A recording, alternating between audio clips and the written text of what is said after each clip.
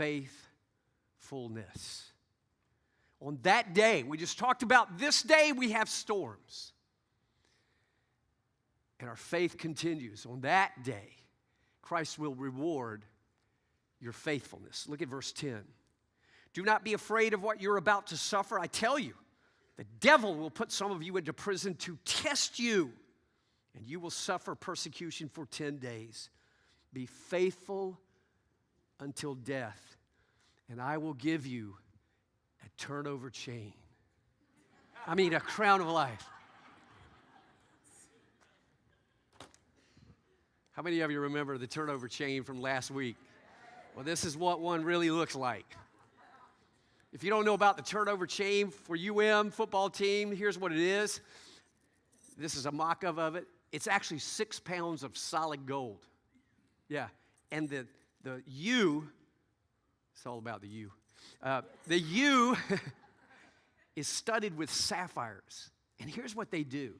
When a player on the defense gets a turnover, that is, he intercepts the ball, he creates a fumble, he picks up a fumble, that sets the enemy back. When that happens and he creates that turnover, when he goes over to the sideline, the coach is standing there, or a captain of the squad is standing there, and when he comes over, he puts that chain around that player's neck, and it's a sign of honor.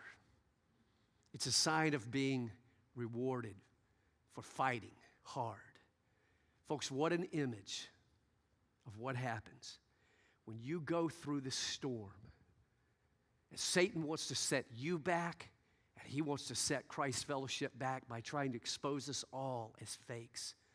But when you keep the faith, and your faith, though hit hard, remains intact, Jesus says when you do that, he says there's coming a day when he's going to put a crown on you. He's going to give you a turnover chain that tops the turnover chain. Listen to what Paul said. Paul said, I have fought a good fight.